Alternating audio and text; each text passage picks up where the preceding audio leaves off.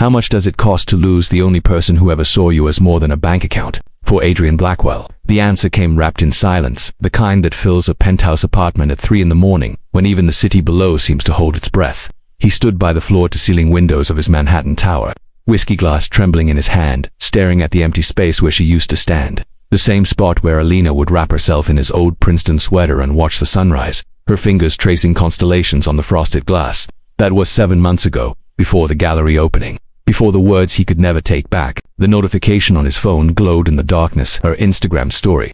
A candid shot of her laughing at some outdoor cafe in Paris, surrounded by people he didn't recognize. People who apparently knew how to make her smile like that, genuine, unguarded, free. The kind of smile she used to say for him, back when he still remembered how to be human. Adrian had built empires. At 34, his name alone could shift stock markets. Blackwell Capital had absorbed 3 Fortune 500 companies in 2 years. He'd been featured on every magazine cover that mattered, praised for his ruthless precision, his ability to see opportunities where others saw only risk. But none of that required vulnerability. None of that required him to admit he might be wrong. Their story began like something out of a film neither of them would have chosen to watch. A hospital waiting room of all places. Adrian had been there for his assistant's emergency, a car accident that had his legal team scrambling. Elena had been there because her sister was giving birth. Their eyes met over terrible coffee and the fluorescent hum of anxious waiting, and something shifted in the air between them. She wasn't impressed by him. That was the first surprise. "You look like you're calculating the hospital's operational costs," she'd said, those green eyes studying him with an artist's attention to detail. "Someone has to," he'd replied, caught off guard by her directness. "No, they really don't." She'd smiled then, a small thing that somehow made the sterile room feel warmer. Some moments are just meant to be felt, not optimized. He'd thought about that sentence for days afterward. Elena Martinez was a restoration artist. Someone who spent her days breathing life back into forgotten paintings, uncovering beauty that time had tried to bury. She lived in a rent-controlled apartment in Brooklyn, took the subway everywhere, and had never once Googled his net worth. When he took her to dinner at Per Se for their third date, she'd been more interested in the story behind the restaurant's founding than the Michelin stars. "Everything has a history," she'd said, eyes bright with enthusiasm. "The interesting part isn't what something costs or what it's worth on paper. It's why it matters to someone. What it meant when it was created." For the first time in his adult life, Adrian had felt seen. Not as a portfolio or a power broker, but as a person who might have his own history worth uncovering. Their relationship became his sanctuary, while the rest of his world demanded he be sharp, strategic, always 10 steps ahead. Elena's studio was a place where he could breathe. He'd watch her work for hours, the way she'd tilt her head while examining a canvas, making decisions based on instinct and emotion rather than data and projections. She taught him to notice things the way light changed throughout the day, how the city sounded different on Sunday mornings, the particular quiet that follows first snow. "You think too much?" she'd tell him, laughing as she'd pull him away from his laptop. "The world won't collapse if you stop planning it for one evening. But old patterns die hard, especially when they've made you a billionaire." The cracks began small. A missed dinner because a merger couldn't wait. A weekend trip cancelled when Beijing called. She never complained. Not really. Elena understood ambitions. She had her own dreams of opening a gallery that would champion overlooked artists. But understanding something and living with its consequences are different territories entirely. The real damage came on a Thursday evening in April. Elena had been working for months on her gallery proposal, networking with dealers, courting investors. She'd finally secured a meeting with Marcus Chen, a collector known for backing emerging ventures. It was her chance, the moment everything could change. The meeting was set for 7 o'clock. At 6:30, Adrian walked through her studio door with champagne and that particular smile he wore when he'd won something big. "Pack a bag," he'd said, already pulling her toward him. "Going to Aspen. The Hendersons are selling their tech portfolio and they want to discuss terms this weekend. It's worth $300 million. Elena, I need you there. You make me look human." She'd gone, still in his arms. "Adrian, I have the Chen meeting tonight. I told you about this 2 weeks ago. Reschedule it." 2 words, said with the casual confidence of someone who'd never been told no when it mattered. "I can't just reschedule Marcus Chen. This took me 4 months to arrange." He'd released her then, already moving toward the window, his mind calculating alternative approaches. "Everyone reschedules. Call him. Explain there's a family emergency. These people understand unexpected circumstances. These people." "You mean the art world you've never taken seriously?" The air had changed temperature. Adrian turned, and there it was, the face he wore in boardrooms. The one that reduced grown men to stammering justifications. Cold, assessing, already dismissing her concern as an obstacle to be managed. "I'm taking your work seriously by trying to secure our future. The Henderson deal is time-sensitive. Your gallery can wait." Elena had set down her paintbrush with a precision that matched his surgical tone. "Your future, you mean? The one where I'm an accessory who makes you look less like a corporate robot?" Don't be dramatic. Dramatic. Her voice cracked on the word. I've rescheduled my life for you 17 times in the last 6 months, Adrian. I've smiled through dinners where your colleagues talk about art like it's tax-deductible decoration. I've pretended not to notice when you check your phone during every conversation we have. But this one night that matters to you, can't even pretend to understand why I won't drop it. He'd felt anger rising then, the kind that came from being challenged in his own territory. I understand you're being unreasonable. This is a $300 million opportunity. Your meeting is with some gallery owner who'll probably still be working out of a Chelsea warehouse in 5 years.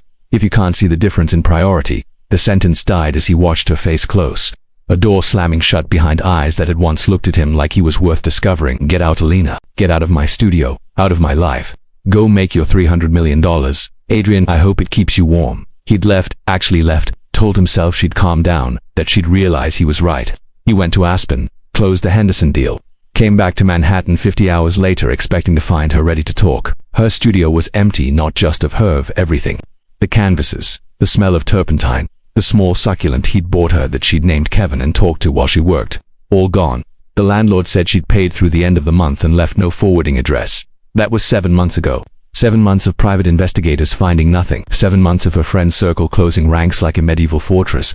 7 months of discovering that all his money, all his influence, couldn't buy him what he'd thrown away with both hands. Now, standing in his empty penthouse with her Instagram photo burning in his hand, Adrian finally understood what Elena had tried to tell him. Some things can't be rescheduled. Some moments once lost, take everything else with them. His phone buzzed. A message from his head of security. They'd found her. Actually found her. She was in Barcelona, teaching art restoration at a small university, living in an apartment near the Gothic Quarter, and next month, she'd be in New York giving a lecture at the Met about recovered Renaissance techniques. One chance. Maybe his only chance. But how do you ask for forgiveness from someone you taught to stop believing in you? The Metropolitan Museum of Art closes to the public at 5:30 on Tuesdays, but the loading docks stay alive until midnight.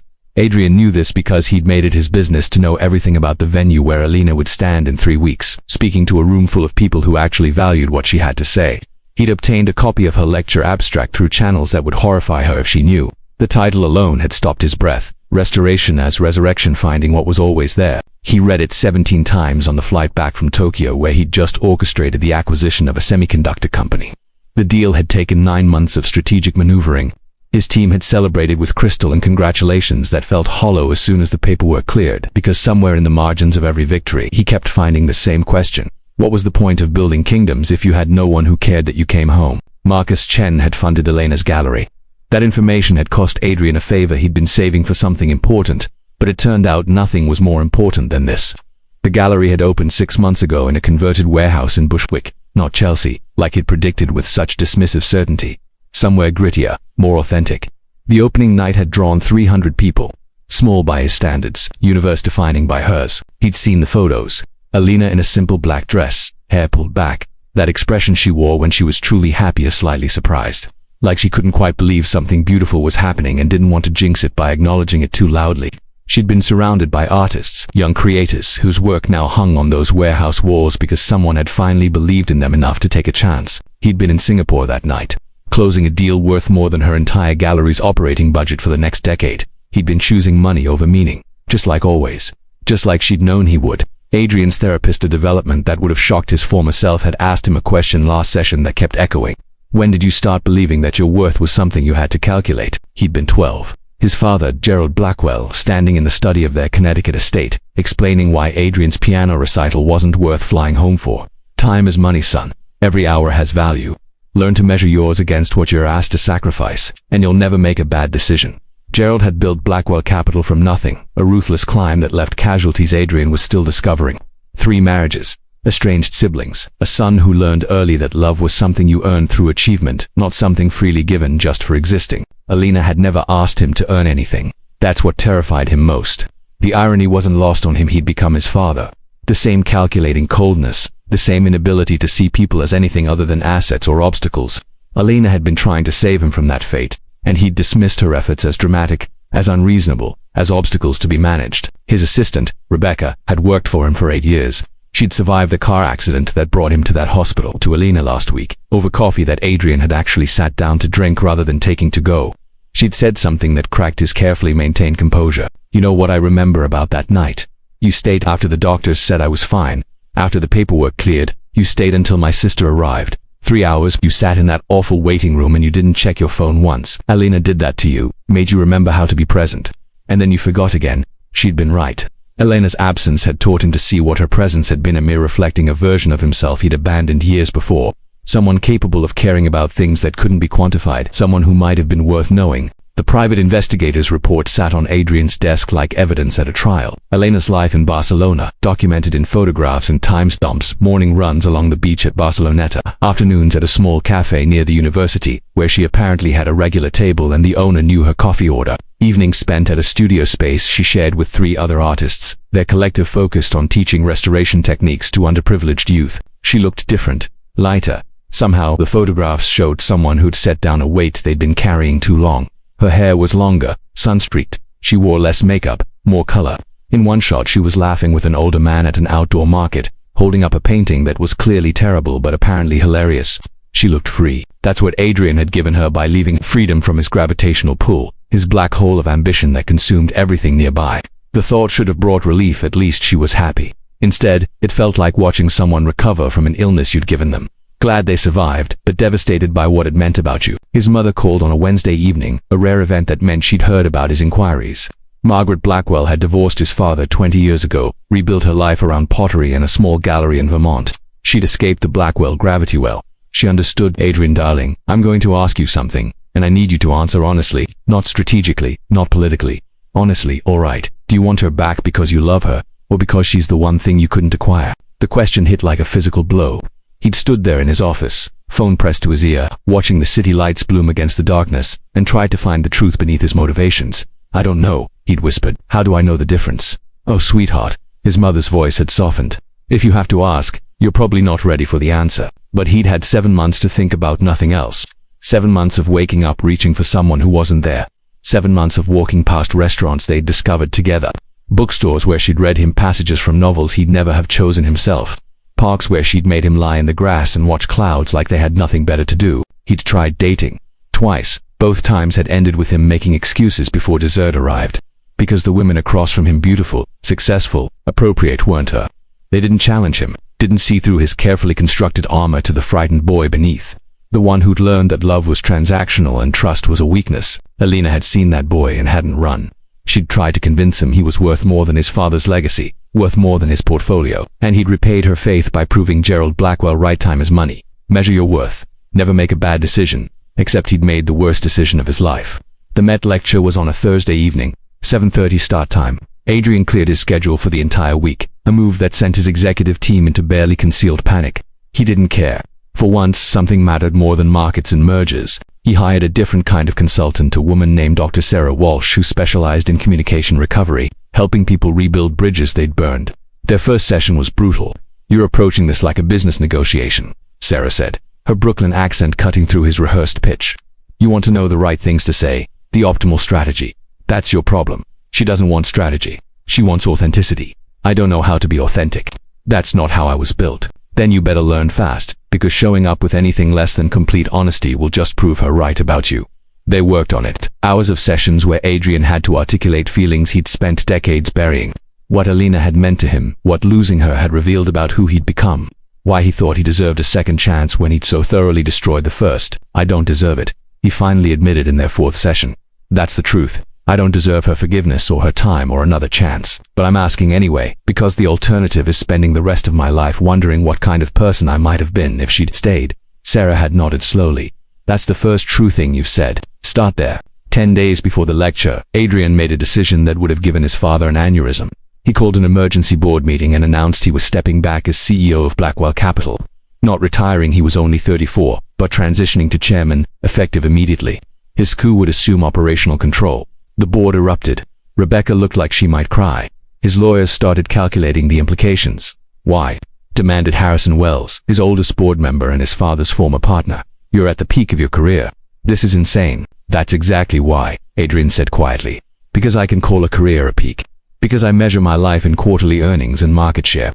Because I just realized I'm 34 years old and I can't remember the last time I did something that wasn't optimized for profit. He donated $10 million to Elena's Gallery Foundation, anonymously, structured through enough legal layers that it would take her years to trace it back to him if she even tried. He didn't want credit. He wanted her dream to flourish without his shadow falling across it. 3 days before the lecture, he bought a painting. Not an investment piece, not a tax-deductible acquisition for some office wall, a small watercolor from a student exhibition at NYU, a sunrise over water, imperfect and honest and somehow capturing something about hope that made his chest ache. It cost $300. He hung it in his bedroom where he could see it every morning. The day of Elena's lecture arrived wrapped in October rain, the kind that made Manhattan's lights blur into impressionist smears. Adrian stood in his closet, trying to remember how to dress like a person rather than a power statement. He chose simple dark jeans, a gray Henley, the wool coat Elena had always said made him look less intimidating. His hands shook as he buttoned it. The Met's loading dock entrance was monitored, but Adrian had learned that money could open doors even when it couldn't heal wounds. He slipped in at 6:45, found his way to the back of the Petri court, and took a seat in the last row, close enough to see her, far enough to disappear if his presence hurt more than it helped. The room filled slowly. Art historians, restoration specialists, students clutching notebooks. The energy was different from his usual venues, less aggressive, more curious. These people were here to learn, not to posture. And then she walked out. 7 months. It felt like 7 years.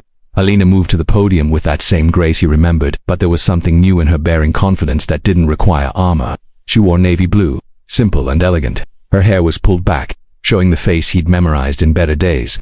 She smiled at the audience, and Adrian felt the loss of that smile like a physical wound. "Thank you all for being here tonight," she began, her voice filling the space with warmth his boardrooms never knew. "I want to talk about what it means to restore something broken. Not just paintings but trust, not just technique but faith, and why the hardest restorations are always the ones where we have to admit how much damage we've done. Ourselves." Adrian's breath caught. She was talking about him. Elena's lecture unfolded like surgery performed on Adrian's assumptions. She spoke about a 15th century fresco discovered beneath layers of whitewash in a Florentine chapel, how restorers had debated for months whether to reveal what was hidden or preserve the protection that had kept it intact for centuries. The metaphor wasn't subtle, it wasn't meant to be. "Sometimes," she said, advancing to a slide showing the half-revealed painting, "we cover things because we're afraid of what they'll demand from us. Beauty requires vulnerability. It asks us to care about something that can be damaged, and caring, really caring, is the most terrifying thing we can do." Adrian watched her hands as she spoke, the way they moved through the air like she was still painting, still creating. Those hands had touched his face with a gentleness he'd thought was weakness until he understood it was actually courage. The courage to be soft in a world that rewarded hardness. A young woman in the third row raised her hand. "How do you know when something is worth restoring? When the damage is too extensive?" Elena was quiet for a moment, and Adrian saw something flicker across her face, pain quickly hidden. "You don't. Always. Sometimes you invest years in a restoration only to discover the damage went deeper than anyone realized, that the structure itself is compromised beyond repair. But you try anyway, because some things are too important to abandon without fighting for them first." The lecture continued for another 40 minutes. She showed slides of her work paintings brought back from the edge of permanent loss, colors recovered from beneath centuries of grime and misguided restoration attempts. Each image was a small miracle of patience, of someone caring enough to do the meticulous work of recovery. "The mistake most people make," Elena said as she neared her conclusion, "is thinking restoration means returning something to its original state. That's impossible. Time changes everything. Damage leaves marks that can't be erased. True restoration is about honoring what was while accepting what is. It's about making something whole again, even if that wholeness looks different than before." Adrian's throat tightened. He'd come here thinking he needed a strategy, the right words to unlock her forgiveness. But listening to her, he understood that forgiveness wasn't something he could negotiate for. It was something she might grant if he could prove he'd done his own restoration work first. The lecture ended to sustained applause. Elena fielded questions with that particular warmth she had, making each person feel like their curiosity mattered. Adrian remained frozen in his seat as the crowd began to disperse, trapped between the desperate need to speak to her and the certainty that he had no right to approach. Dr. Walsh's words echoed. "You can't control how she responds. You can only control whether you show up honestly." He stood. His legs felt uncertain, like he'd forgotten how to navigate space without the armor of conference rooms and calculated power dynamics. People streamed past him, discussing technique and art history, unaware that someone in their midst was attempting something far more delicate than any fresco restoration. Elena was gathering her notes at the podium, speaking with an older gentleman who appeared to be a museum curator. Adrian forced himself to walk forward, each step feeling like a confession. He reached the small cluster of people waiting to speak with her and joined the informal line. Just another attendee who'd been moved by her words, except his hands were shaking and his heart was attempting escape. The curator finished his conversation and departed. A graduate student asked something about chemical analysis. Elena answered with the focused attention she brought to everything that mattered. 2 more people. then 1. Then there was nothing between them but 3 feet of marble floor and 7 months of silence. Elena looked up from her papers directly into his eyes. The recognition hit her like a wave. He watched it happen, the initial shock, the rapid succession of emotions that crossed her face too quickly to name, and then something that looked like resignation, not anger, which he'd expected, not joy, which he'd barely dared hope for. Just a tired kind of acceptance, as if she'd known this moment was inevitable and had been dreading it anyway. Adrian, his name in her voice was a country he'd been exiled from. I wondered if you'd come. You knew I was in New York. I know you, remember, or I did. When the Met contacted me about lecturing, I knew you'd hear about it. Your fingerprints are all over this city. She set down her papers with deliberate care, creating space for whatever came next. What are you doing here? The question was fair. The answer was impossible. I needed to hear you speak, he said, and was surprised to find the truth easier than any lie he might have prepared. To understand what I'd had, he stopped, recalibrated. I needed to see you, to know you're all right. I'm more than all right. There was no triumph in her voice, just fact. I'm happy, Adrian, actually happy. Not the performative kind we used to do at your donor dinners. The real thing. The words should have destroyed him. Instead, they felt like the first honest thing anyone had said to him in months. I can see that in the photos. He caught himself. I'm sorry. That sounds worse than it was. I wasn't stalking you. I just needed to know you were safe. Safe from what? Elena's laugh was soft, sad. You never scared me, Adrian. You just exhausted me. Loving you was like trying to embrace smoke. No matter how tightly I held on, you'd slip away into whatever deal or crisis seemed more important. Nothing was more important. I just didn't know how to show you that, because you didn't believe it yourself. She glanced around the emptying hall. We should move. They'll want to close up soon. They walked together toward the museum's main entrance, past Egyptian statues that had witnessed millennia of human folly and would witness millennia more. The silence between them was different now, not comfortable, but not hostile either. The silence of two people who'd shared something real, trying to figure out what remained. Outside, the October rain had softened to mist. The city sparkled under streetlights, beautiful in the way New York became when weather forced you to notice it. Elena pulled her coat tighter and turned to face him on the museum steps. Say what you came to say. Adrian looked at her, really looked, the way he'd failed to do often enough when she was his. The small scar above her left eyebrow from a childhood bicycle accident. The way she bit her lower lip when she was thinking. The particular green of her eyes that he'd never found adequate words to describe. I was wrong, he said. Not just about the gallery meeting, though I was catastrophically wrong about that. I was wrong about everything. About what mattered. About who I wanted to be. About thinking that success meant accumulation rather than meaning. I know you were wrong. I knew it 7 months ago. That's why I left. I've been in therapy. The admission felt like stepping off a cliff, trying to understand why I became my father when I spent my whole childhood promising myself I wouldn't. Why I couldn't let you matter more than the next. Deal. Elena's expression shifted, surprise, maybe respect. And what did you learn? That I'm terrified of needing anyone. That vulnerability feels like death to me because love was always conditional in my family, something earned, not given. That I used work as armor against actually feeling anything. That you scared me more than any board meeting ever could because you made me want things I didn't know how to have. The words tumbled out, unpracticed, imperfect. Nothing like the polished pitch he might have prepared. Elena listened without interrupting, her artist's attention focused on him like he was a canvas she was trying to see clearly. I stepped back as CEO, he continued. 3 days ago. I'm still involved, but I'm not running operations anymore. I donated to your gallery anonymously. You won't be able to trace it. I bought a painting from a student exhibition because it was beautiful, not because it was an investment. I'm trying, Elena. I'm trying to become someone who deserves a second chance, even though I know I probably don't. Adrian, I'm not asking you to take me back. I'm not even asking you to forgive me, not yet. I just needed you to know that losing you was the most valuable thing I ever lost, because it was the only thing that made me question whether I was building a life worth living. Elena was quiet. For a long moment, studying his face like one of her paintings, looking for what lay beneath the surface. When she spoke, her voice was gentle but firm. Do you know what hurt most? It wasn't that you chose the deal over my gallery meeting. It was that you couldn't even understand why I'd be hurt. You looked at me like I was being irrational for thinking my dream mattered as much as your acquisition. Like my career was a hobby you were indulging until something real came along. I know. I see it now. I saw it the moment you told me to leave, but I was too proud and too scared to admit it. 7 months, Adrian, you had my number. You could have called and said what I was still the same person. Still running on the same programming. I needed time to. You struggled for the right words. To debug myself, to figure out what I was without the armor. She smiled at that, sad and small. You always were a terrible programmer. Too much optimization, not enough art. Teach me, he said, and the desperation in his voice surprised them both. Not to code, to see things the way you do, to care about beauty and meaning instead of metrics and margins. I don't expect you to trust me, I don't expect anything. But if you'd let me, I'd like to learn how to be someone worth your time. Elena looked out at the rainy street, at the taxis hissing past and the couples sharing umbrellas and the endless motion of a city that never stopped negotiating with itself. When she turned back, there was something new in her eyes, not love, not yet, but maybe the distant possibility of it. I'm here for another week, teaching a workshop at Pratt. There's a gallery opening Thursday night in Bushwick. One of my artists from Barcelona is showing. If you want to come, come. But Adrian, I need you to understand something. Anything. I'm not the same person I was. Barcelona changed me. Being away from your gravity well changed me. I learned what it feels like to be chosen first, to have someone show up without needing an engraved invitation and a detailed agenda. If you show up Thursday, you're not showing up for who I was. You're showing up for who I am now. And I don't know if that's someone you can actually love, or if you just love the idea of winning back what you lost. The distinction hit him like ice water. Was he here because he loved Elena or because she was the one thing his money and power couldn't buy back? Dr. Walsh's question, refined and sharpened by the woman who'd asked it first. I don't know how to prove the difference, Adrian admitted.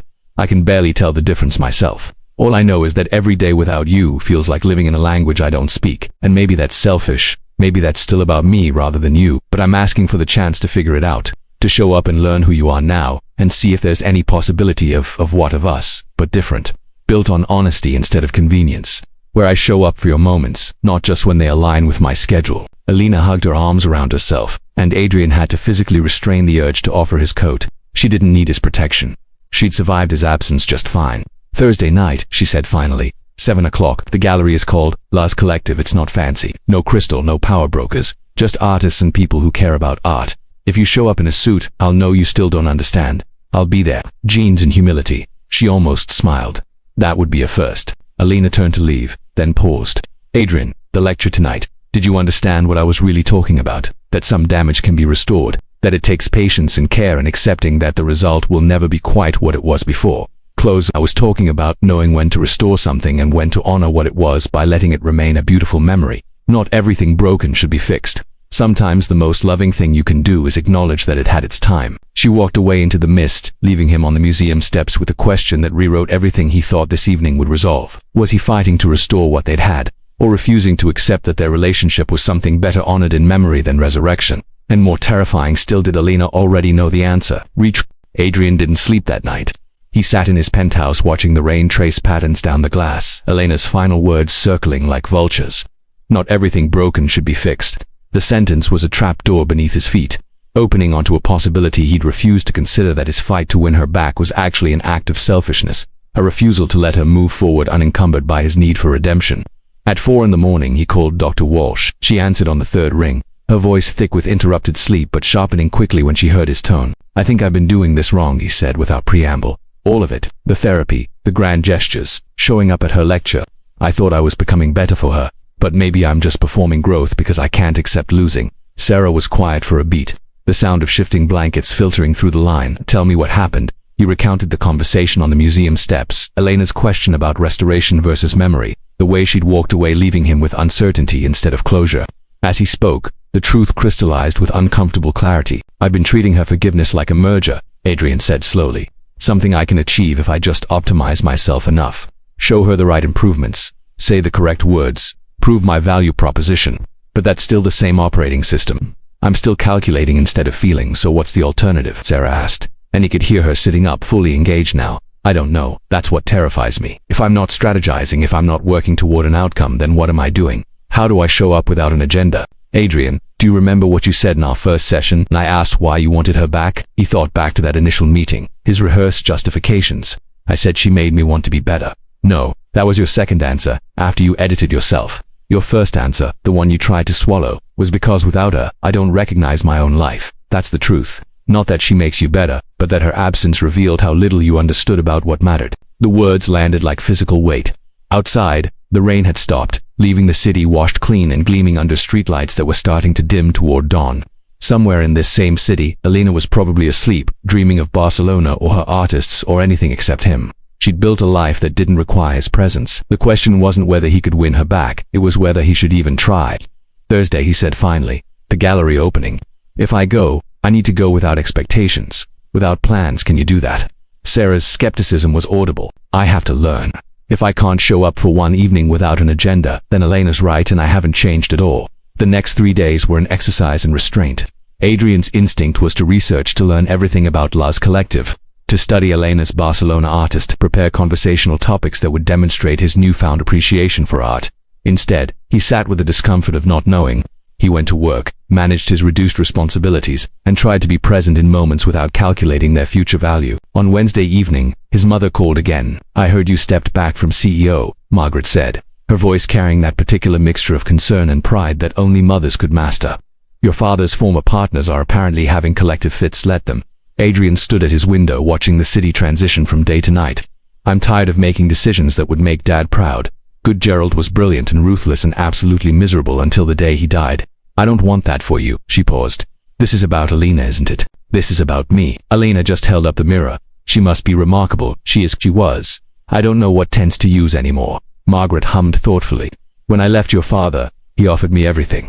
More money, a bigger house, promises to change. But I knew the difference between someone who wants to change and someone who wants to avoid consequences. Which one are you, sweetheart?" The question sat between them like a third presence on the call. Adrian thought about the student painting on his bedroom wall, the therapy sessions where he'd actually cried for the first time since he was 12, the way he'd started walking to work instead of being driven because he'd forgotten what the city smelled like in morning. "I honestly don't know yet," he admitted, "but I'm trying to find out. Then that's enough to start with. The rest is just showing up and being honest about your uncertainty." Thursday arrived wrapped in October brilliance, one of those rare fall days when New York remembered it could be beautiful without trying. Adrian spent the afternoon in his apartment, resisting every urge to plan. No rehearsed conversation starters, no strategic approaches, just dark jeans, a simple navy sweater, and the uncomfortable acceptance that he had no control over what came next. Luz Collective was a 20-minute walk from his penthouse. He'd never been to this part of Bushwick before. His New York existed in a narrow band of midtown boardrooms and Upper East Side penthouses. This neighborhood was different. Graffitied walls that were clearly art rather than vandalism. Warehouses converted into studios. The smell of coffee and spray paint and possibility. The gallery occupied the ground floor of a converted textile factory.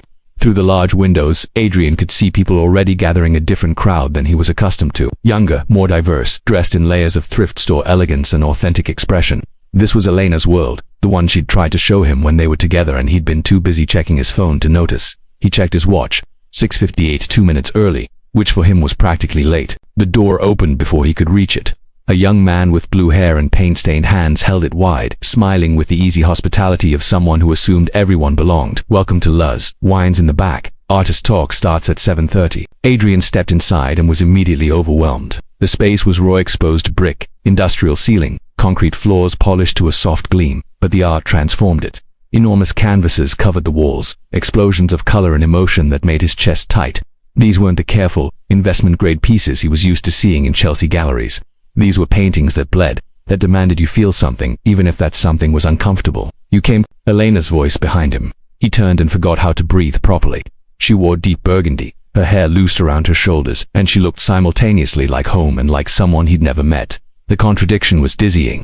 "You told me to," he said, then caught himself. "No, I wanted to. I wanted to see this. Your world." She studied him with that artist's assessment, taking in the jeans, the sweater, the absence of armor. Something in her expression shifted, not quite approval, but acknowledgement. "Come on," she said, gesturing toward the back of the gallery. "I'll introduce you to Matteo. He's the artist, the one I've been mentoring." They moved through the crowd, and Adrian noticed how people gravitated toward Elena, a touch on her arm here, a quick hug there, the easy intimacy of a community that recognized one of their own. This was what he'd dismissed as a warehouse, what he'd thought could be rescheduled. He saw now what he'd been too blind to understand. This wasn't just a career move for Elena, this was her family, her purpose, the thing that made her feel like her existence mattered beyond her own survival. Matteo was younger than Adrian expected, maybe 25, with the lean intensity of someone who channeled everything into his work. When Elena introduced them, the young artist's eyes flickered with recognition, and something else, protective caution. "Maybe he knows who I am," Adrian realized. "He knows what I did." "Your work is incredible," Adrian said, and meant it. This piece, he gestured to the largest canvas, a riot of reds and golds that seemed to move in the changing light. "What was your process?" Matteo's wariness softened slightly. "It's about displacement, about leaving home and carrying it with you even as it changes into something you don't recognize. Elena helped me understand that loss doesn't have to be empty. It can be transformed into something that connects rather than isolates." Matteo left Barcelona the same month I arrived, Elena added quietly. "We both needed to learn how to start over." The implication was clear. She'd gone to Barcelona to escape him, found purpose in helping others heal from their own displacements. While Adrian had been drowning in empty acquisitions, Elena had been doing the work of actual meaning, helping young artists find their voices, building communities, choosing connection over accumulation. The evening unfolded around them. Matteo gave his talk, speaking with raw honesty about identity and belonging. Wine flowed, people lingered, really looking at the art, discussing what they saw without worrying about market value or investment potential. Adrian found himself drawn into conversations that had nothing to do with his net worth, talking to people who had no idea who he was and didn't care. An older woman asked him which piece spoke to him most. He walked the gallery again, really looking this time, and found himself drawn to a smaller canvas in the corner, a figure standing at a window, city lights beyond, painted in shades of blue and gray that made loneliness feel almost beautiful. "This one," he said, and Elena appeared at his elbow as if summoned. "Why?" "Because I know how it feels. To be surrounded by everything and touched by nothing, to watch life happening through glass." Elena was quiet, studying both him and the painting. "Matteo painted that the week after he arrived in Barcelona. He was staying in my spare room, completely lost, convinced he'd made a terrible mistake leaving home. What changed? He started showing up to classes, to the community studio, to dinners with strangers who became friends. He learned that being lost is just the first part of finding something real." She turned to face him fully. "You can't just decide to be different, Adrian. You have to build a life that reflects who you want to become. Day after day, choice after choice, until those choices become who you are." "Is that what you did in Barcelona?" "That's what I'm still doing every day. It's not a destination. It's a practice." The gallery was thinning now, people drifting toward the door with promises to return, to bring friends, to support Matteo's work. Elena moved to help clean up stacking empty wine glasses with practiced efficiency. Adrian joined her without asking, falling into the rhythm of small tasks done in companionable silence. When the last guest had gone and Matteo was locking up the back office, Elena and Adrian stood in the emptied gallery surrounded by paintings that glowed under the remaining lights. "Thank you for coming," she said, "for showing up without an agenda. I could tell you were trying not to perform tonight. It was harder than negotiating billion-dollar mergers." She laughed, the sound hitting him like music he'd forgotten existed. "I believe that authenticity is terrifying. It's so much easier to hide behind roles and strategies." "Elena," he stopped, searching for words that wouldn't sound like a pitch. "Can I ask you something? And if it's too much, tell me and I'll leave right now." She nodded, bracing slightly. "Are you happy? Really happy? Or are you just better at being alone than being disappointed?" The question hung between them, more naked than anything else he'd said all evening. Elena's eyes widened slightly, recognizing the observation for what it was. A mirror turned back on her. She started, stopped, started again. "That's not fair. Neither was asking if I love you or just love the chase. We're both allowed to ask hard questions. I have friends in Barcelona, good friends. I have work I love, students who inspire me, a community that values what I create. That's not what I asked." Elena looked away, her jaw working. When she spoke again, her voice was smaller. "There's a man, Gabriel. He teaches literature at the university. He's kind and present and he shows up to everything that matters to me. He asked me to dinner 3 times before I said yes because I kept making excuses. And when we finally went, it was lovely. He was lovely. And I came home and cried because I felt nothing. Adrian's heart was doing complicated things he didn't understand because of me. Because I built such good walls that now I don't know how to let anyone through them. You're not the only one who's been in therapy." She turned back to him, eyes bright with unshed tears. "I left you because you couldn't choose me.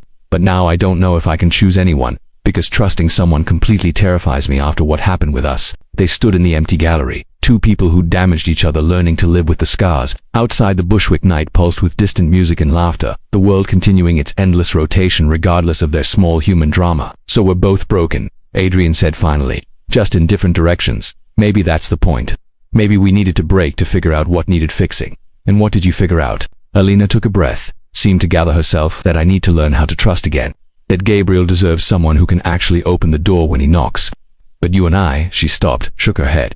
"We did real damage, Adrian, both of us, and before either of us can figure out if there's anything worth salvaging, we need to become whole people on our own. How long does that take? I don't know. Maybe forever. Maybe next Tuesday. There's no timeline for healing." The words should have felt like an ending.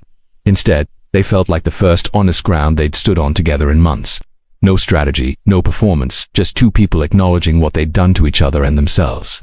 Adrian's phone buzzed. He ignored it.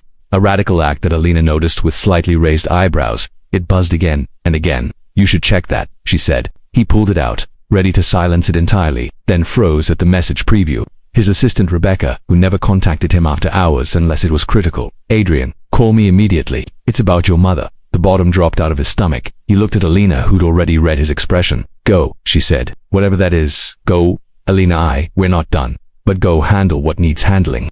Some things can't wait." He was already moving toward the door when her voice stopped him. "Adrian, whatever happens next with us, with anything, you don't have to do it alone anymore. You know that, right?" He turned back, trying to memorize how she looked in that moment, backlit by gallery lights, surrounded by art about displacement and finding home, offering him something he hadn't thought to ask for. Not forgiveness, not even reconciliation. Just the possibility that asking for help wasn't weakness. "I'm learning," he said. Then he was out the door, phone to his ear. Rebecca's voice tight with controlled panic, explaining that his mother had collapsed, that she was at Vermont Medical Center, that the doctors were using words like stroke and critical and you should come now. The city blurred past as he ran toward his building, toward his car, toward his mother, who'd taught him that there were other ways to measure a life beyond his father's brutal arithmetic. And somewhere behind him in a Bushwick gallery, Elena stood alone with her own questions about what it meant to let someone back through doors you'd locked for good reason. Neither of them knew it yet, but the next 24 hours would reveal whether they'd been learning the right lessons or just rehearsing better apologies for the same old mistakes. The drive to Vermont was 4 hours through darkness that felt sentient, pressing against the windshield like it wanted to consume him. Adrian's hands gripped the steering wheel with white-knuckled intensity, his mind fracturing between timelines: his mother in a hospital bed, Elena in a gallery learning to lock doors, himself at 12 years old watching his father explain why a son's piano recital didn't warrant coming home early. Rebecca had arranged everything with her characteristic efficiency. A rental car waiting at his building, the hospital informed of his arrival time, his calendar cleared for the next week. She'd texted him coordinates and Margaret's doctor's direct number, then added a message that made his vision blur. "She asked for you. She's stable now, but she asked for you first." His mother had asked for him, not her partner of 15 years, not her sister or her gallery friends, but him, the son who'd inherited his father's emotional unavailability and was only now learning it wasn't a genetic certainty but a learned behavior that could be unlearned. The hospital appeared like a beacon around 2 in the morning, smaller than the Manhattan medical complexes he was used to. The kind of place where people still made eye contact in hallways. A night nurse directed him to the ICU with exhausted kindness, warned him his mother was sleeping but breathing on her own, told him the doctor would brief him at 6. Margaret Blackwell looked impossibly small in the hospital bed. At 63, she'd always seemed vital, the kind of person who'd chosen life over security when she divorced. Gerald had moved to Vermont to make pottery and run a gallery that specialized in emerging artists. The kind of person who'd tried to teach her son that wealth was a tool, not an identity, before Gerald's programming had drowned out her gentler lessons. Now she looked fragile, monitors beeping steady rhythms that were supposed to be reassuring but felt like countdowns. Adrian sank into the chair beside her bed and did something he hadn't done in 20 years. He prayed. Not to any specific god, just to whatever force in the universe might be listening. Please, that was all he had. Please don't take her before I figure out how to be the person she hoped I'd become. You're here. His mother's voice was sandpaper and honey, rough but sweet. Her eyes opened slowly, focusing on him with the kind of love he'd spent his adult life not knowing how to receive. "Mom, don't talk. You need to rest." "Nonsense. Had a stroke, not a lobotomy." She smiled weakly, the left side of her face not quite cooperating. "Besides, might not get another chance to tell you what I think. You're going to be fine." The doctor said, "Adrian Samuel Blackwell, stop managing the situation and just sit with me." His full name. She only used it when he needed to actually hear her. He closed his mouth, took her hand so much smaller than he remembered, and let himself be present in the moment without calculating outcomes. "Better," she whispered. "Now listen, I'm going to tell you something about your father that I should have told you years ago. Mom, he loved you. Terribly, inadequately, but he loved you. He just didn't know how to show it because his father didn't know how to show him. It's a family curse. This emotional constipation, and I left you alone with him to figure it out, which was my failure, not yours." Adrian's throat closed. "You had to leave. He was suffocating you." "Yes, but I left you behind to suffocate, too. I told myself you'd be fine, that Gerald would never hurt you the way he hurt me. I was wrong. He hurt you differently, taught you that love was something you earned through achievement, and you've been trying to earn it ever since, even after he died." The words cracked something open in Adrian's chest, something that had been calcifying for decades. "I don't know how to stop." "Yes, you do. That girl Elena, she showed you how, and you threw it away because earning love felt safer than accepting it freely. How did you? I'm your mother. I know when you're in love and when you're grieving. You've been both for months." Margaret's grip tightened on his hand, strength returning briefly. "Here's what I need you to understand. When I had the stroke, you know what I thought. Not about my work or my gallery or my accomplishments. I thought about moments. Your 3rd birthday when you laughed so hard at a puppet show you got hiccups. Teaching you to make pottery when you were 8 and you were so focused your tongue stuck out. The night you called me from college crying because you'd failed a test and didn't know how to tell your father. Moments, that's all that matters at the end. The moments when we were real with each other. Adrian couldn't speak past the emotion lodged in his throat. So if you love this girl, stop trying to earn her back. Stop strategizing. Just give her moments worth remembering. That's all any of us really want, to be seen and chosen, moment after moment, by someone who stays present enough to notice we're there. The night stretched around them. Nurses came and went. His mother drifted in and out of sleep, each time opening her eyes like she needed to confirm he was still there, that she hadn't imagined this version of her son who could sit still long enough to keep vigil. Around 5 in the morning, Adrian's phone buzzed. Elena, his heart lurched. Is everything okay with your mother? He stepped into the hallway to answer. Stroke, she's stable. They think she'll recover most function, but it's going to take time. I'm so sorry. Elena's voice carried genuine concern, the kind she couldn't fake even when she was angry. Do you need anything? Should I don't know what I'm offering, but tell me what would help. You texted, that helps. You could have just not reached out. Adrian, I might be guarding my heart, but I'm not cruel. Your mother matters to you. That means something. He leaned against the hospital wall, exhaustion making everything feel surreal. She told me to stop trying to earn love, to just give you moments. Elena was quiet for a beat. She sounds wise. She was. He rubbed his eyes. I'm too tired to conjugate verbs properly. When did you last sleep? Tuesday, Wednesday. The days are blurring. Adrian, her voice shifted, taking on that particular firmness she used when he was being self-destructive. Find a coffee shop when it opens. Eat something. You can't take care of her if you're running on fumes. I can't leave. Yes, you can. For an hour. She's sleeping. She's stable. And she'd be furious if you made yourself sick hovering. A pause. Promise me you'll take care of yourself. The fact that she was worried about him, even angry and uncertain about their future, did something to his defenses. They crumbled a little more. Okay, I promise. Could text me updates if you want to, or don't. But no, I'm thinking about you. Both of you. She hung up before he could respond, but the warmth of her concern stayed with him like a small flame against the institutional cold of the hospital corridor. The doctor arrived at 16, a woman in her 50s with the calm competence of someone who'd delivered difficult news enough times to know gentleness mattered more than medical jargon. Margaret had suffered an ischemic stroke, but they'd caught it quickly. Physical therapy would be essential. Recovery would take months, but she would recover. Adrian absorbed the information, asked the right questions, processed the logistics. But underneath the practical considerations, something else was happening. He was learning what mattered, not the next deal or the quarterly earnings or the power plays that had consumed his 30s. This, his mother alive, Elena checking on him despite their complicated history, the possibility that there was still time to become someone capable of receiving love instead of just pursuing it. His mother woke around 8, more alert, the left side of her face already showing improvement. You're still here. Where else would I be? Running your empire, solving problems, being Gerald Jr. I stepped back. Remember, someone else is running the empire. I'm just here for this. Margaret's eyes filled. Good.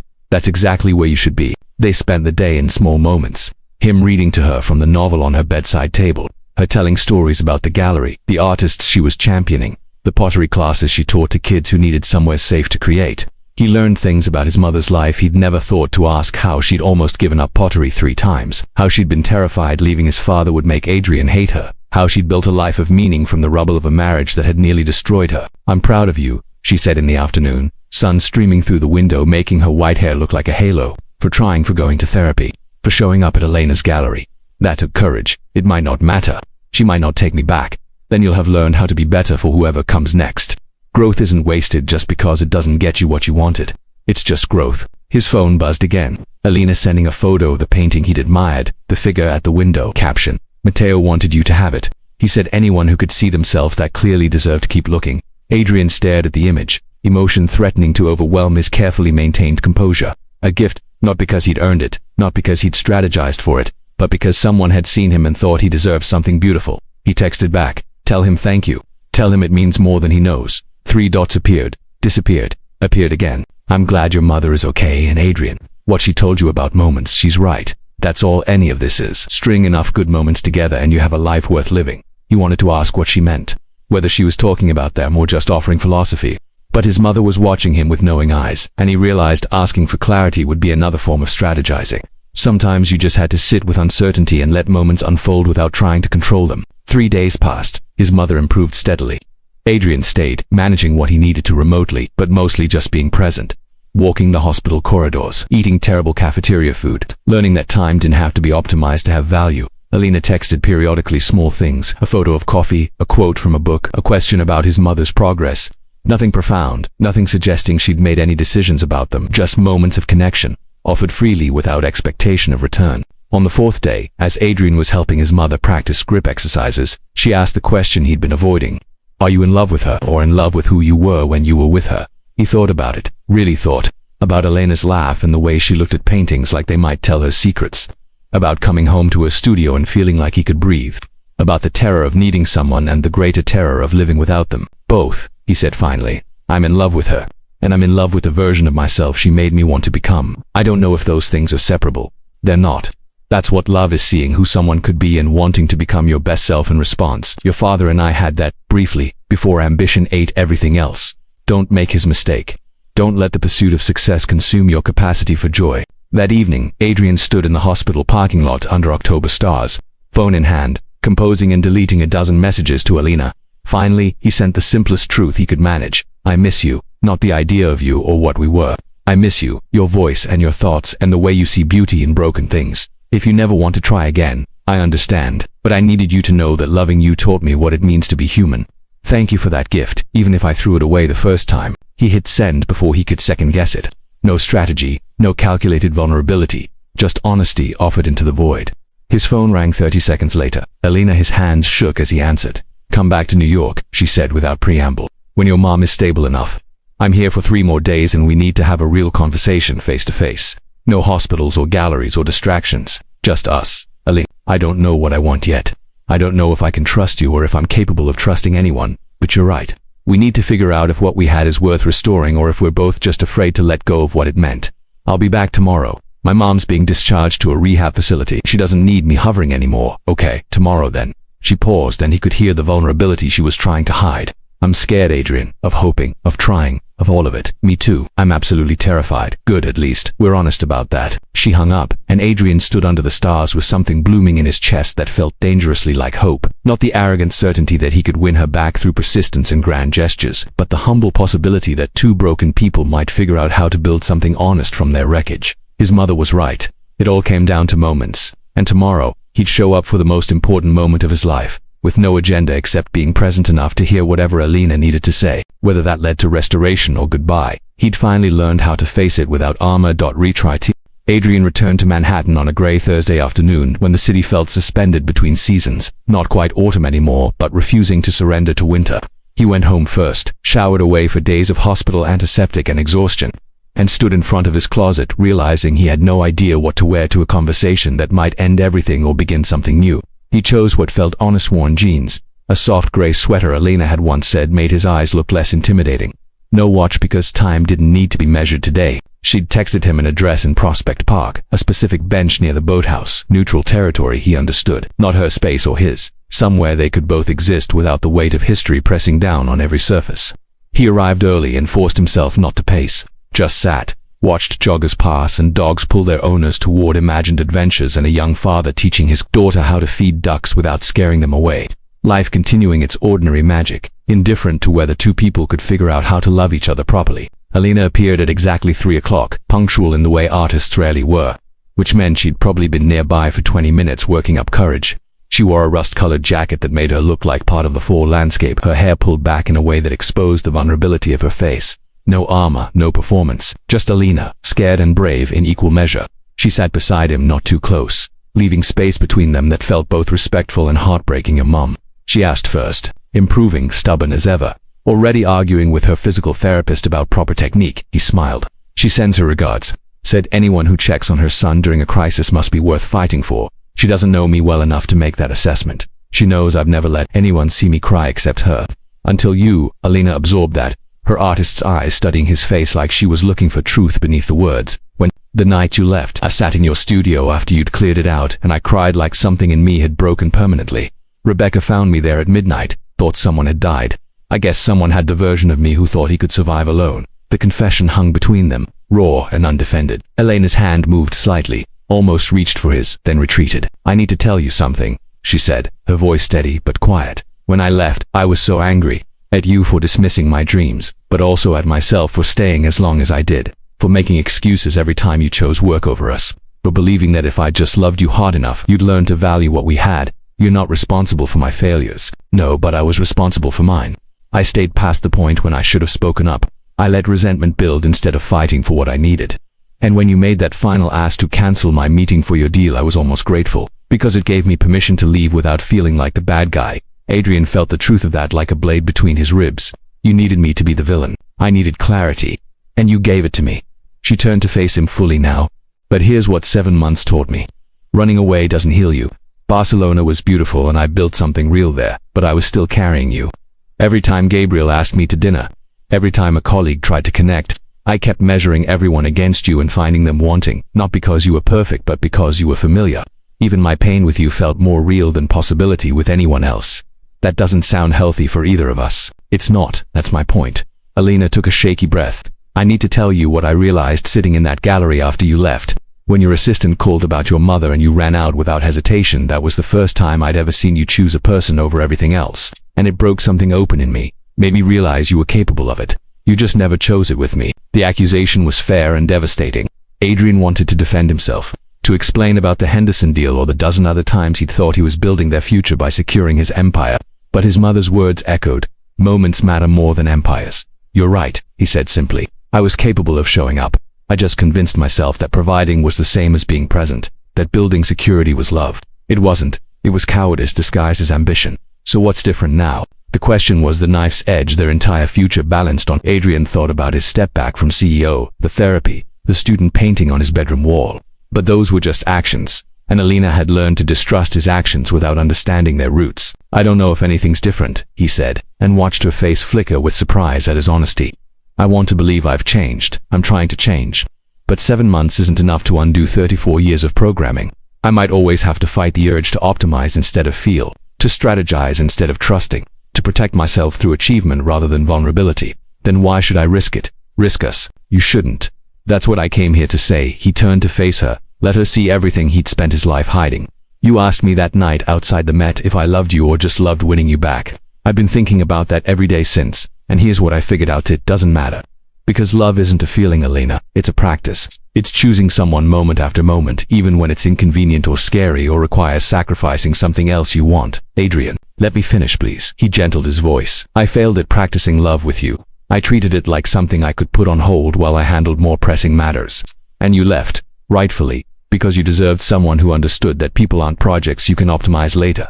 They're the whole point." Elena's eyes were bright with tears she was trying not to shed. "So what are you saying?" "I'm saying I can't promise I'm fixed. I can't guarantee I won't disappoint you again, though I'll try with everything I have not to. But I can promise that if you give me another chance, I'll practice showing up, every day, even when it's hard, especially when it's hard. I'll practice choosing you over deals and crises and 1,000 things that feel urgent but aren't important. I'll practice being present instead of productive. And maybe, if I practice long enough, it'll become who I am instead of who I'm trying to be." She was crying now, tears tracking down her face unchecked. "That's not fair." "What's not fair?" "You're supposed to make grand promises, supposed to give me reasons why I can trust you. Instead, you're being honest about your limitations, and it makes me want to try even though I know I shouldn't." Adrian smiled despite the ache in his chest. "I learned it from you. You're the one who taught me that honesty matters more than certainty, that admitting you don't have all the answers is braver than pretending you do." "I'm terrified," she whispered. "Me too. Absolutely paralyzed. What if we try and it doesn't work? What if you slip back into old patterns, or I can't let myself trust you? What if we hurt each other again? Then at least we'll know we tried with our eyes open, that we gave it an honest chance, instead of spending the rest of our lives wondering what if." He reached out slowly, giving her time to pull away, and when she didn't, he took her hand. "But Elena, if you're not ready, if you need more time or space, or if you've decided Gabriel or someone else deserves your chance more than I do, I'll understand. I'll be devastated, but I'll understand. Because I'm finally learning that love means wanting what's best for you, even if that's not me." Elena stared at their joined hands, his large and scarred from years of squeezing stress balls during negotiations, hers pain-stained and graceful, capable of bringing dead things back to life. To people who'd taught each other opposite lessons, she'd taught him how to feel. He'd taught her how to guard herself. Whether that made them compatible or catastrophic remained to be seen. "I don't love Gabriel," she said finally. "I've tried. He's everything you weren't: present, emotionally available, genuinely interested in my work. But when he kisses me, I feel nothing except guilty that I'm thinking about someone else. That's not fair to him. It's not fair to me either. Staying close because of what you and I did to each other. So where does that leave us?" "I don't know." She looked up at him, those green eyes holding storms and possibilities. "But I think maybe not knowing is okay. Maybe we start there, with uncertainty and honesty instead of promises neither of us can guarantee will keep. What would that look like?" Elena thought for a moment. and Adrian loved her for taking the question seriously instead of rushing to an answer. We take it slow, painfully slow. You stay in New York, I go back to Barcelona for now. We talk, really talk, about hard things and scary things and all the ways we might fail each other. We practice being honest even when it's uncomfortable. And maybe, if we're both still willing after some time, we try again, but different. Built on reality instead of potential. It wasn't the romantic reconciliation Adrian had imagined in his most optimistic moments. It was better. It was real. I can do that, he said, slow and honest. No optimization, no strategy. Just showing up as whoever I am that day and trusting you to do the same. You really stepped back as CEO 2 weeks ago, completely. I'm consulting but someone else is running operations. What are you going to do with your time? He hadn't planned to tell her this, but sitting on this bench with her hand in his and the city breathing around them, it felt right. My mother has this idea, endowing scholarships for artists, especially ones from backgrounds that don't usually produce successful artists. Kids who need someone to believe in them the way she believed in me before I learned to only believe in numbers. He smiled self-consciously. I don't know anything about art education or how to identify talent, but I thought maybe I could learn if I had the right teacher. Elena's breath caught. Adrian Blackwell wants to become an art philanthropist. I want to become someone who contributes something meaningful before I die. Art seems like a good place to start. It's made my life possible, even if I'm still learning how to live it properly. She was quiet for a long time, processing a jogger past. The light shifted as afternoon tilted toward evening. New York in autumn, beautiful in its refusal to apologize for change. Okay, Elena said finally. Okay, what? Okay, let's try. Slow and terrifying and honest. I'm still going back to Barcelona next week. I have commitments there, a life I built that matters. But I'll come back in December, for the holidays. And we can see what happens when we're in the same city again. That's 8 weeks, is that too long? She was testing him, he realized, seeing if he'd try to negotiate a shorter timeline, optimize their reunion. No, he said, and meant it. 8 weeks is fine. It gives us both time to be sure this is what we want instead of just what we're afraid to lose. Elena smiled then, real and unguarded, and Adrian remembered why he'd fallen in love with her in the first place. Not because she was beautiful, though she was. Not because she challenged him, though she did, but because she saw through every layer of protection he'd built and still thought the person underneath might be worth knowing. They sat on that bench until the park lights flickered on and the temperature dropped enough that Elena shivered. Adrian offered his jacket without thinking, and she accepted it without protest, small gestures of care.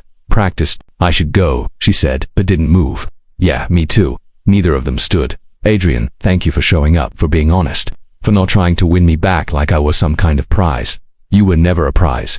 You were a person I failed to choose until it was too late. I'm just grateful you're giving me a chance to practice choosing better. She kissed him then, soft and brief, and tasting of tears and possibility. Not a promise, just a moment. When she pulled back, she was smiling through the complicated emotions written across her face. See you in December. See you in December. Adrian watched her walk away through the gathering darkness, her rust-colored jacket bright against the shadows until she turned a corner and disappeared. He sat alone on the bench for another hour, not because he was sad but because he needed to memorize this feeling: hope without certainty, love without possession, the terrifying freedom of not knowing how the story would end. His phone buzzed, his mother, texting from rehab. How did it go? He typed slowly, choosing words carefully. We're going to try. Slowly. Honestly, I don't know if it'll work. Her response came back immediately. Good. That's exactly how love is supposed to be. Scary and real, and worth showing up for anyway. Proud of you, sweetheart. Adrian stood, finally, pocketed his phone, and started the walk home through his city. The same streets he'd walked 1,000 times before. But tonight they looked different. Softer, somehow, like he'd taken off sunglasses he hadn't realized he was wearing. He thought about the question that had brought him to that hospital waiting room where he'd first met Elena. What does it cost to lose the only person who ever saw you as more than a bank account? The answer, he'd learned, was everything that didn't matter and nothing that did. It cost his arrogance and his certainty and his belief that achievement could substitute for presence.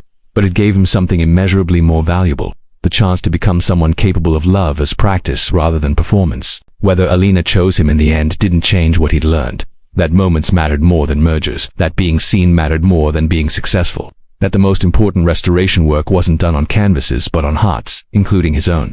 2 months until December. 2 months to practice being someone worthy of her honesty. He wouldn't waste them. As Adrian crossed into his neighborhood, he passed a small gallery he'd never noticed before, its window displaying student work clearly marked with modest prices. He stopped, studied a painting of 2 figures on a bench surrounded by falling leaves, and without overthinking it, went inside. 20 minutes later he emerged with the painting wrapped carefully, another $300 investment in beauty over value. He'd hang it next to the sunrise piece, building a collection that meant something beyond market appreciation. His phone buzzed again. Elena.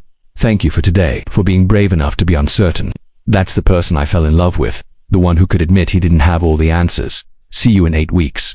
Maybe less if I get homesick for the one city that has you in it. Adrian read the message 3 times, let himself feel the dangerous bloom of hope, and texted back, I'll be here, practicing, learning what it means to choose love over everything else. Travel safe, Elena, and thank you for teaching me that restoration is possible, even when the damage runs deep. He climbed the steps to his building, rode the elevator to his empty penthouse, and stood at the floor-to-ceiling windows where Elena used to trace constellations. The city spread below him like proof that beautiful broken things could still shine. Somewhere in Barcelona, a woman was boarding a plane carrying questions without answers. Here in Manhattan, a man was learning that the best love stories weren't about certainty but about courage, the courage to show up, to be honest, to practice choosing each other even when the outcome remained uncertain. 8 weeks, a lifetime, a moment. Adrian Blackwell, who'd spent 34 years measuring everything in profits and losses, finally understood that some things couldn't be quantified. They could only be felt, chosen, practiced into existence through the accumulation of moments that mattered. And sometimes, if you were brave enough to admit your damage and patient enough to do the restoration work, you got a second chance to build something honest from the wreckage of what you'd destroyed. Not a return to what was, but a careful construction of what might be. He hung the new painting, made coffee he actually sat down to drink, and opened his laptop not to check markets but to research art education programs that needed funding. His mother was right at the end. Only moments mattered. He intended to fill his remaining moments with meaning, whether or not Elena chose to share them, because that was the final lesson, the one that mattered most. You became worthy of love not by winning it, but by becoming someone capable of giving it freely, without guarantee of return. And if you practiced that long enough, moment after moment after moment, maybe you became someone worth coming home to. December would come. Until then, Adrian had a life to build, not an empire, but something smaller and infinitely more valuable. A life measured in connections rather than acquisitions, in presence rather than productivity, in love as daily practice rather than destination. The city lights blurred through sudden tears, and this time Adrian didn't wipe them away. He let himself feel everything, the grief, the hope, the terrifying beauty of not knowing what came next.